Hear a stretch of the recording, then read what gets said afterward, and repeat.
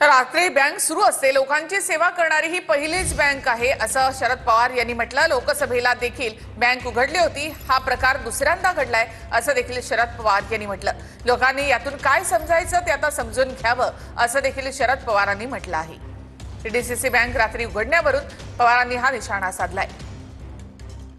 लोकसभेची निवडणूक जेव्हा झाली तेव्हा वेळेला अशीच बँक ही रात्री 12 का 2 वाजता उघडलेली होती आणि त्यामुळे या बँकेमध्ये हा दुसऱ्यांदा घडते।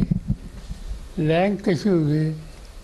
बँकेचं नेतृत्व करणारे जे लोक आहेत त्यांच्या काही सूचना असल्याशिवाय तो कर्मचारी कसा उघडेल? आणि रात्री 2 वाजता 12 वाजता एवढी लोकांची सेवा करण्याची स्थिती आपल्याच बँकेमध्ये दुसऱ्यांदा दिसते, याचा अर्थ काय समजायचं समजा।